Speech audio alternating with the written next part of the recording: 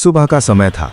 हल्की धूप शहर की सड़कों पर फैल रही थी, लेकिन उस धूप के पीछे छिपा सच कोई नहीं देख पा रहा था। शहर के बीचों बीच स्थित नगर निगम कार्यालय के बाहर लोगों की लंबी लाइन लगी हुई थी। कोई पानी का कनेक्शन लगवाने आया था, कोई घर का नक्शा पास कराने, तो कोई शिकायत दर्ज करवाने। लेकिन हर चेहरे पर एक ही भाव था, बेबस उम्मीद।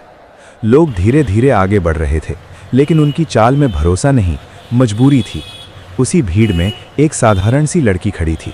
सफ़ेद सूती सलवार सूट, पैरों में साधारण चप्पल, बाल हल्के से बंधे हुए। उसका नाम था अनन्या चौहान। पहली नज़र में वो एक आम लड़की लग रही थी, लेकिन उसकी आंखों में एक अजीब सी गहराई थी, जैसे वो सिर्फ लाइन में खड़ी नहीं बल्कि पूरे सिस्टम को पढ़ रही हो। वो चुपचाप आसपास की हर बात सुन रही थी। 5000 दिए बिना काम नहीं होगा, फाइल दबा देंगे, ऊपर तक हिस्सा जाता है। ये शब्द हवा में तैर रहे थे। अनन्या के चेहरे पर हल्की सख्ती आ गई। वो आगे बढ़ी और काउंटर पर बैठे क्लर्क से बोली, सर, मुझे पानी का नया कनेक्शन चाहिए। क्लर्क ने बिना उसकी तरफ देखे कहा, फॉर्म भरो और 2000 रुपए लगेंगे। अनन्या ने पूछा, ऑफिशियल फीस कितनी है? क्लर्क ने चिढ़कर कहा, जितना बोल रहा हूं उतना दो, वरना लाइन में खड़ी रहो। ये सुनकर पीछे खड़े लोग चुप रहे, जैसे ये सब उनके लिए नया नहीं था।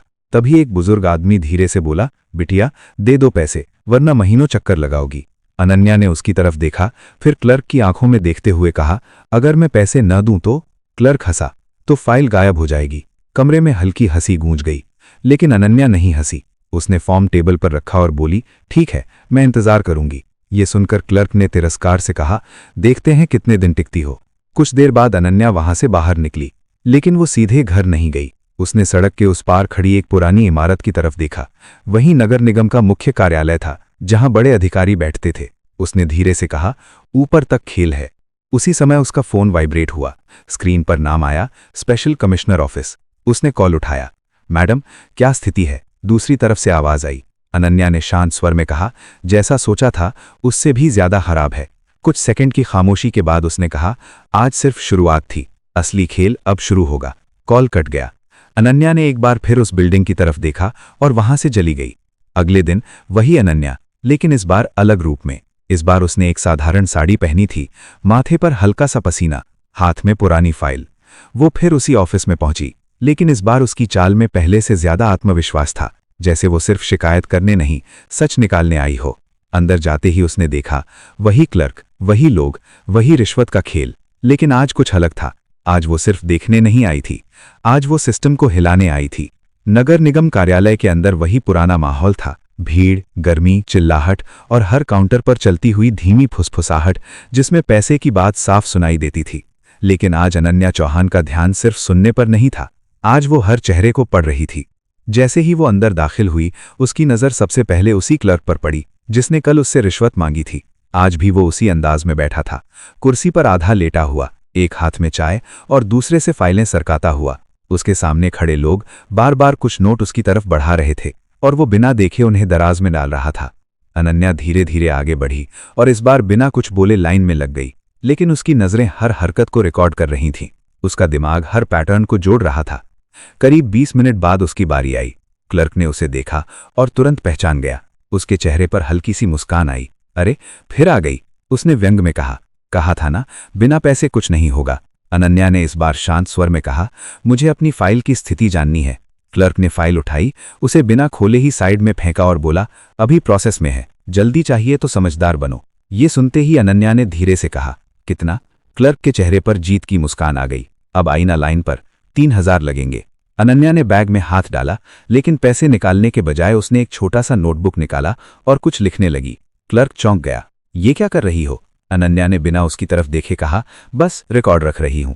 क्लर्क की मुस्कान गायब हो गई। उसने थोड़ा सख्त होकर कहा, बहुत होशियार बन रही है, देख लेना फाइल गायब हो जाएगी। तभी पीछे खड़ा एक आदमी धीरे से बोला, बहन जी, मत उलझो, ये लोग बहुत ऊपर तक जुड़े हैं। अनन्या ने उसकी तरफ देखा और हल्की मुस्कान दी, देखते हैं कितना ऊपर तक। उसी समय कमरे के अंदर से एक चपरासी आया और क्लर्क के कान में कुछ फुसफुसाया। क्लर्क तुरंत खड़ा हो गया और अंदर की केबिन की तरफ चला गया। अनन्या की नज़र उसके पीछे गई। उसने देखा कि अंदर एक बड़ा केबिन था, जिसके बाहर लिखा था, जोनल ऑफिसर महेश राठौर। अनन्या की आंखों में हल्की चमक आई। तो असली खेल यहां है, उसने मन ही मन कहा। कुछ मिनट बाद क्लर्क वापस आया, लेकिन इस बार उसका व्यवहार थोड़ा बदला हुआ था। उसने अनन्या की फाइल उठाई और बोला, तुम अंदर जाओ, साहब बुला रहे हैं।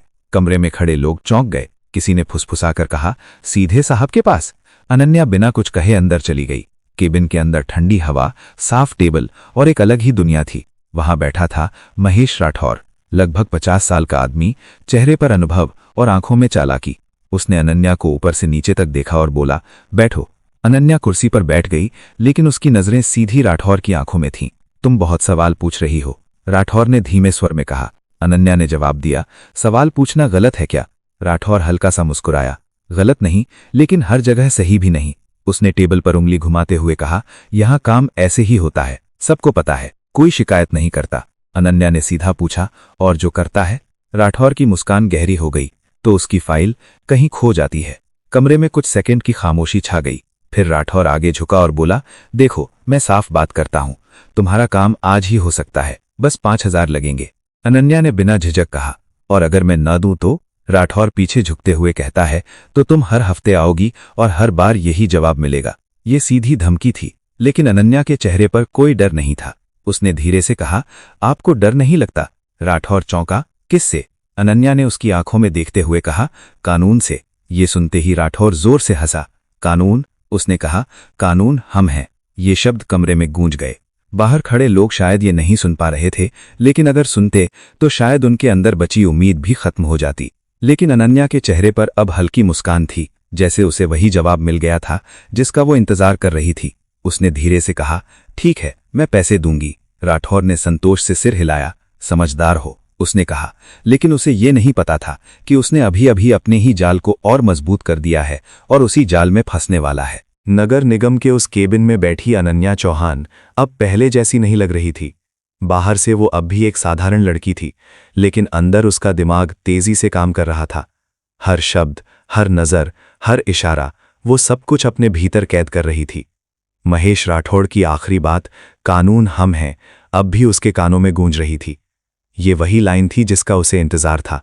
यही वो सबूत था जो सिर्फ एक केस नहीं, पूरे सिस्टम को हिला सकता था। राठौड़ ने दराज खोली और एक फाइल निकालकर टेबल पर रख दी। ये तुम्हारी फाइल है, अभी साइन कर दूंगा, लेकिन पहले। उसने अपनी उंगलियां टेबल पर हल्के से थपथपाईं। इशारा साफ था, पैसे। अनन्या ने धीरे से अपना बैग खोला। इस बार उसने सच में पैसे निकाले, लेकिन उन पैसों के साथ कुछ और भी था। उसकी उंगलियां बहुत सावधानी से बैग के अंदर एक छोटे से डिवाइस को एक्टिव कर चुकी थीं। ये एक माइक्रो रिकॉर्डर था जो उसकी पूरी बातचीत रिकॉर्ड कर रहा था। लेकिन सिर्फ इतना ही नहीं, ये लाइव ट्रांसमिशन भी कर रहा था।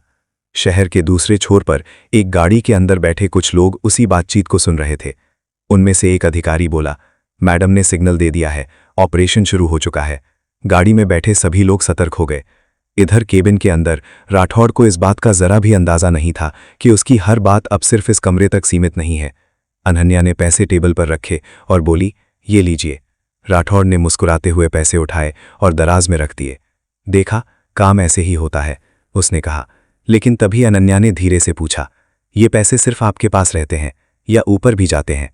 राठौड़ एक पल के लिए रुका। उसकी आंखों में शक की हल्की झलक आई। तुम्हें इससे क्या मतलब? उसने सख्त आवाज में कहा।